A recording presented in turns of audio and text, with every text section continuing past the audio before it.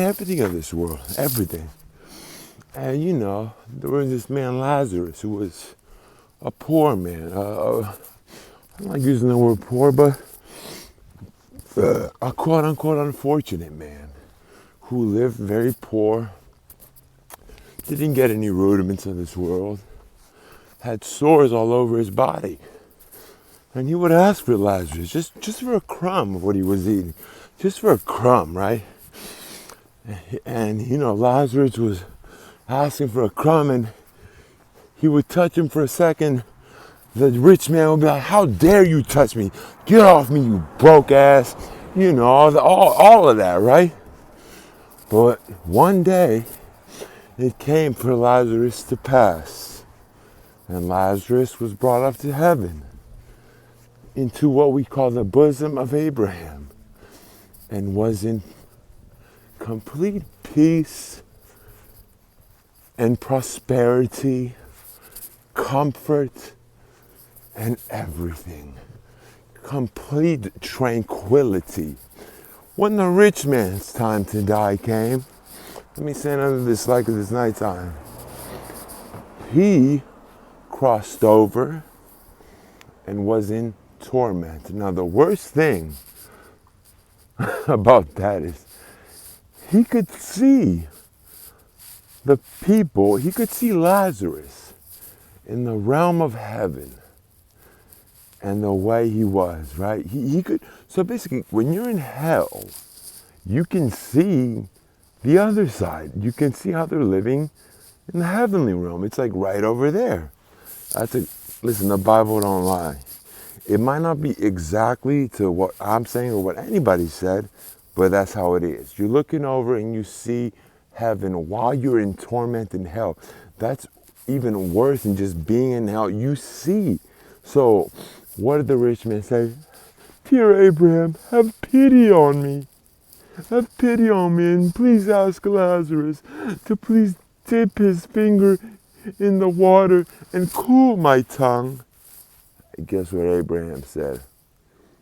"Son, when you were on this world, you lived. You had many things. You cherished life. You lived fruitfully. And when Lazarus was here, he had bad things. So Lazarus is in comfort, and you are in agony." Ooh, that's cold. That is cold. But that teaches us something. Don't look at you and who, and look at the other person. You focus on yourself. You read that Bible like it's your right hand. Like it says in the Bible, a man is better off cutting his own hand off than if that hand is used. Cut your right hand off. You're better off cutting your right hand off than that hand being used for sins and iniquity. There's many people who call on Jesus' name when they pass, when they meet the Lord, and say, my Lord, didn't we cast demons out in your name? Didn't we this, didn't we that?" And the Lord would say, "Depart from me, for I never knew thee." That reminds me of the church I used to go to. Go down there, because I don't mess with idolatry no more. This is real Bible believers. Hello, here I am. Yeah. Passed by in my car and I'm like, damn, this dude's selling Christmas trees, you know what I'm saying? That's idolatry. And I was really in my mood that day. I was like, let me tell the priest what he thinks about what he's doing to get an answer. He was nowhere to be found. And when I when I cross paths with him, I will give you the answer to what he says about why he sells trees and what idolatry means and what he believes in. I mean, it's not going to be nothing special. It'll be what any pastor or most pastors and preachers say, that that's the birth of Jesus and that. When Jesus never told us to celebrate Christmas. That was Nimrod's birthday.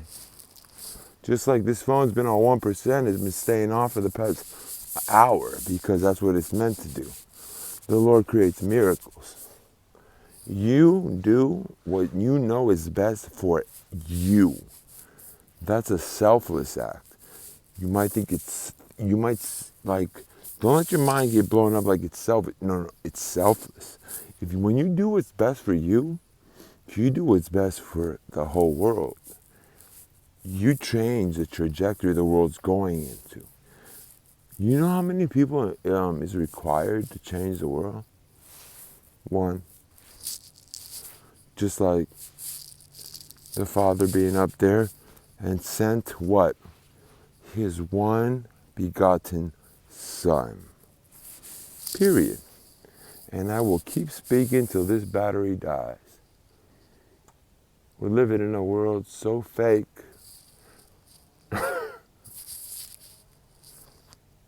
It's crazy. Listen,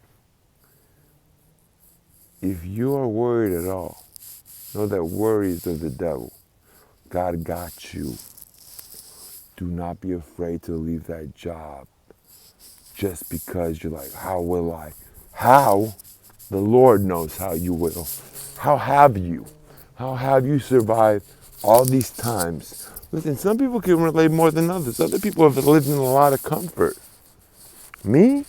I've been through so much where I was like, listen, it is impossible for me to be an atheist. No, I don't want to say like, I just knew that it's impossible that God can't exist. I mean, the things that I went through, there's no way I was that lucky, bro.